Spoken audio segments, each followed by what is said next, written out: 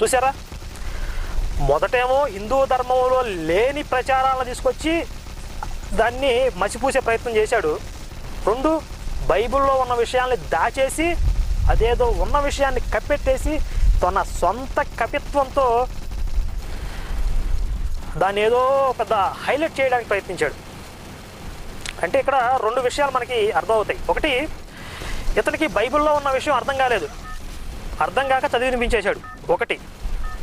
2, అర్థమయ్యి కూడా కావాలని మోసం చేశాడు. ఈ రెండిట్లో ఏదో ఒకటి ఒప్పుకోవాలి. మొదట ఒప్పుకున్నాడు అనుకోండి, బైబిల్ అర్థం కాలేదు, ఏదో చదివి వినిపించాడు అనుకోండి, ఇక నీకు బైబిల్ చెప్పే అర్హత లేదు. లేదు, రెండో విషయం అర్థమై కూడా కావాలని మోసం చేశాడు అనుకోండి, నువ్వు అసలు మనిషివే కాదు. మరి రెండిట్లో నువ్వు ఏదో ఒప్పుకుంటావు. ఈ విపి రెడ్డి కొన్నిసార్లు అప్పుడప్పుడు ఇతర మత బోధకుల్ని, క్రైస్తవ